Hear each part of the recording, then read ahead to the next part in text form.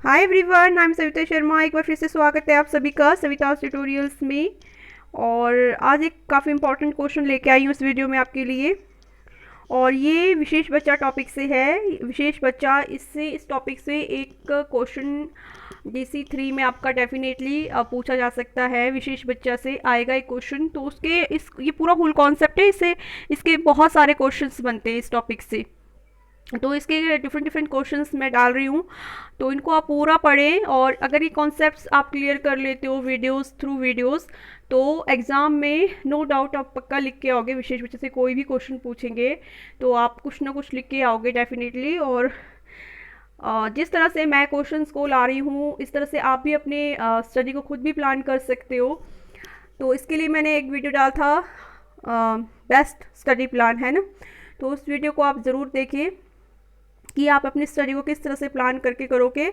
इससे आपके एग्ज़ाम में बहुत अच्छा मार्क्स आप ले सकते हो, क्योंकि आप उस तरह से स्टडी को प्लान करके अगर चलते हो तो अच्छा स्कोर करते हो। सिंपल तरीके से आप पढ़ते हो तो कुछ क्वेश्चंस आपके छूट जाते हैं, जो टॉपिक छूट जाता है फिर आप उसके बारे में लिख नहीं सकते। जब आप स्टडी को प्लान करते हो, हर चैप्टर से इसका सेक्शंस होता है, अलग अलग टॉपिक्स में से एक क्वेश्चन आता है। जैसे कि मान लो प्रारंभिक बाल्यावस्था ECC वाले, उससे भी आपका एक क्वेश्चन आएगा। विशेष बच्चा से एक क्वेश्चन आएगा, है ना। इस तरह से आपके संचार के साधन, इससे भी एक क्वेश्चन आएगा। तो इस तरह से डिफरेंट डिफरेंट टॉपिक्स से क्वेश्चन डाले होते हैं एग्जाम में। ओवरऑल पूरे उससे टॉपिक से क्वेश्चन डाले होते हैं। तो स्टडी को आप प्लान कीजिए। वो वीडियो काफ़ी इंपॉर्टेंट है, उसका लिंक मैं डिस्क्रिप्शन बॉक्स में डाल दूंगी। आप डेफिनेटली उस वीडियो को देखिए, उससे आपको स्टडी प्लान का पता चलेगा कि किस तरह से आप अपनी स्टडी को प्लान करके अच्छे मार्क्स ले सकते हैं।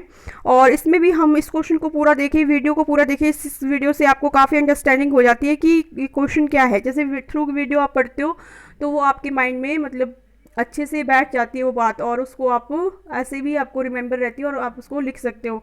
अगर आप रटते हो किसी चीज़ को तो वो फिर एग्ज़ाम में जाके आप भूल जाते हो, या फिर कंफ्यूज हो जाते हो, मिक्स हो जाता है आपका कि कौन सा पढ़ा था कौन सा नहीं। तो मिक्स नहीं करना है, रट्टा नहीं लगाना है, और चीज़ों को समझ के अंडरस्टैंड करके जाओ आप, और वैसे ही लिखो एग्ज़ाम में। किस तरह से आप चीज़ों को समझ के लिख सकते हो, इसके लिए भी मैंने वीडियो बनाया। देखिए आप, लिंक्स मैं डिस्क्रिप्शन बॉक्स में डाल दूँगी। और इस तरह से क्वेश्चन को शुरू करने से पहले आपसे रिक्वेस्ट है, चैनल पे अगर नए आए हो, चैनल को सब्सक्राइब नहीं किया, प्लीज़ चैनल को सब्सक्राइब कीजिए, क्योंकि इस चैनल पे आपको इस तरह के कंटेंट्स मिलते रहते हैं। तो ये क्वेश्चन है आपका, सामान्य रूप से कार्य कर पाने की निर्धारक क्षेत्र कौन कौन से हैं, और उन कारणों की चर्चा करें जो विभिन्न अपंगताओं के कारण प्रभावित होती है। तो क्वेश्चन को एक बार फिर से रिपीट करती हूँ ताकि क्वेश्चन अच्छे से अंडरस्टैंड हो। सामान्य रूप से कार्य कर पाने के निर्धारक क्षेत्र कौन कौन से, इसमें हमने बताना है कि जैसे कि कोई सामान्य रूप से कार्य करता है तो कौन कौन से क्षेत्र हैं जिससे हम कह सकते हैं कि हाँ ये सामान्य है और सामान्य रूप से काम कर रहा है, सामान्य बच्चा है या सामान्य, ठीक है। तो इस तरह से उन कारणों की भी चर्चा करें जो विभिन्न अपंगताओं के कारण प्रभावित होते हैं। तो प्रभावित होने वाले जो अपंगता के कारण जो जो से क्षेत्र प्रभावित होते हैं वो बताने इसमें, है ना। तो इस तरह से क्वेश्चन को पहले अच्छे से अंडरस्टैंड करें और फिर इसको देखते हैं कि किस तरह से इसका आंसर फ्रेम होता है।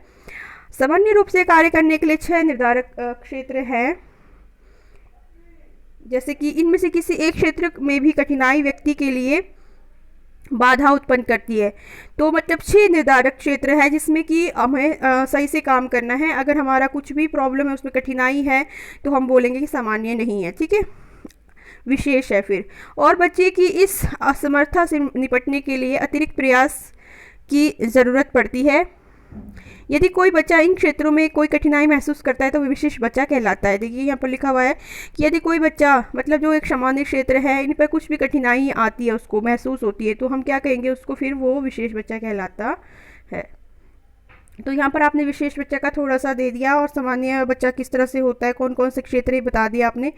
और फिर आप इसमें बताएंगे, अब हम बताएंगे कि सामान्य रूप से कार्य करने के निर्धारक क्षेत्र कौन कौन से हैं, ठीक है, जिसमें हम कहेंगे कि ये सामान्य होनी चाहिए। जैसे दृष्टिबाधिता, मतलब अगर अच्छे से दिखता हो, है ना, अगर उसमें कोई बाधा है, बाधिता है, तब तो वो सामान्य नहीं, फिर विशेष उसमें आ जाएगा। दृष्टिबाधिता बालक वे बालक होते हैं जो ठीक प्रकार से देख पाने में असमर्थ होते हैं। ठीक है, कुछ बालक गंभीर रूप से दृष्टिबाधित होते हैं। ऐसे बालक देखने की विधियों द्वारा शिक्षा ग्रहण करते हैं। तो जिनको काफ़ी गंभीर रूप से दृष्टिबाधिता है उनको फिर उपकरण दिए जाते हैं, उनके द्वारा वो शिक्षा ग्रहण करते हैं। दृष्टिबाधिता को दो भागों में बांटा जा सकता है। अब दृष्टिबाधिता मतलब दृष्टि में आपकी बाधा है, तो उसमें दो तरह की होती है। एक तो आंशिक रूप से दृष्टिबाधिता, जिसमें थोड़ा सा किसी को फर्क है आंखों में, ठीक है, बाकी दिखता है उसको। और एक होता है गंभीर दृष्टिबाधिता बालक। ठीक है, तो इसको भी दो कैटेगराइज कर सकते हैं। इसके कारण जो कारण प्रभावित होते हैं उनमें, अब देखो हमसे कारण भी पूछा है ना कि प्रभावित होने वाले कारण कौन कौन से हैं, तो ये भी हमको बताना है। विभिन्न अपंगताओं के कारण प्रभावित होने वाले कारक, तो इसमें हमने ये भी दे देना है साथ ही साथ। इसके कारण जो कारक प्रभावित होते हैं उसमें सबसे प्रमुख है दृष्टि प्रदर्शन। मतलब अगर किसी की दृष्टि में बाधिता है तो उसको दिखाई नहीं देगा, दृष्टि प्रदर्शन में उसको कठिनाई होगी, है ना, तो ये प्रभावित हो रहा है। जोखिम, चेतावनी, ये चीज़ें उसको पता नहीं चलेगी, है ना। इसके अतिरिक्त शारीरिक व मानसिक नियंत्रणों का उपयोग करने में समस्या आती है। ठीक है, मानसिक रूप से या शारीरिक, अगर दृष्टिबाधिता है तो हम शारीरिक रूप से भी एक तरह से अपंग हो जाते हैं, हमारे को काम करने में समस्याएं आती है। तो ये सब जैसे कि एक एग्जांपल दिया है, हाथ और आँख का समन्वय, है ना। तो इस तरह से दृष्टिबाधिता को आपने एक्सप्लेन करना है। उसके बाद श्रवण बाधिता। ठीक है, श्रवण मतलब सुनना। जब किसी बालक के श्रवण अंगों में कोई दोष होता है तब उसे श्रवण बाधित बालक कहते हैं। ऐसे बालकों को सुनने की क्षमता नष्ट हो जाती है। तो जब किसी को श्रवण में कोई दोष है, श्रवण अंग हो गए कान, ठीक है, उसमें कोई भी दोष है तो उसको हम क्या कहेंगे, श्रवण बाधित बालक कहेंगे।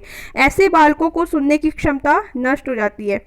मतलब श्रवण बाधित बालक जो होगा उसकी सुनने की क्षमता नष्ट हो जाएगी। इससे उन्हें बोलने में, अब सुनने की समस्या है तो सीधे ही प्रभाव पड़ेगा बोलने में। भाषा समझ नहीं आएगी किसी की तो बोलने में भी प्रॉब्लम आएगी। श्रवण बाधित बालक या तो बहुत कम सुन पाते हैं या फिर पूर्णतः सुन नहीं पाते हैं। ठीक है, जैसे कि या तो फिर बहुत ज़्यादा उसको सुनाई ही नहीं देता बिल्कुल कुछ भी, और या फिर थोड़ा बहुत, पूर्णतः नहीं सुन पाते, थोड़ा बहुत सुन लेते हैं। श्रवण बाधिता को भी हम दो भागों में बांट कर देख सकते हैं। अब इसको भी हम दो भागों में कैटेगराइज कर सकते हैं, जैसे कि श्रवण बाधित बालक में कम सुनने वाले और गंभीर श्रवण बाधित। ठीक है, तो कम सुनने वाले बालक वे हैं जो श्रवण क्षमता को कुछ सीमा तक खो चुके हैं। ऐसे बालक जो की गई ध्वनि या आवाज़ को सुन सकते हैं। ठीक है, जोर से की गई आवाज़ या ध्वनि को सुन सकते हैं। मतलब अगर हम जोर से करते हैं तब तो सुनाई देता है, आराम से धीरे से कोई आवाज़ होती है तो उसको ध्वनि को सुन नहीं सकते।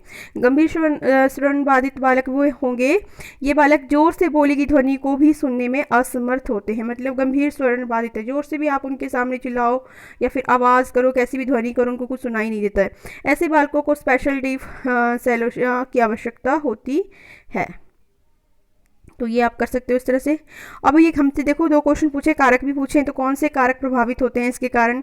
तो जो कारक प्रभावित होते हैं श्रवण के कारण वो हैं, एक श्रवण बाधिता बच्चे को संप्रेषण की भाषा सीखने व शिक्षा ग्रहण करने में कठिनाई आती है। संप्रेषण करने मतलब आपस में बातचीत समझने, एक दूसरे की भाषा आदान प्रदान करने में, और इसके अलावा शिक्षा ग्रहण करने में फिर उसको समस्याएँ आती है। इसके अलावा आप सामान्य क्षेत्र कौन कौन से हैं वो बताना है ना। सामान्य रूप से कार्य कर पाने के निर्धारक क्षेत्र, तो गतिशीलता भी इसमें आएगी। तो गतिशीलता भी अगर किसी की बाधित है ना, चलना फिरना, तो वो भी सामान्य उसमें निर्धारक क्षेत्र है ना गतिशीलता। अगर उसमें किसी की बाधा है तो फिर वो विशेष बच्चा की उसमें आएगा गतिशीलता। विकास के तीसरा प्रमुख क्षेत्र है गतिशीलता। कुछ बच्चे जो आम बच्चों की तरह चल नहीं पाते और लकड़ी अथवा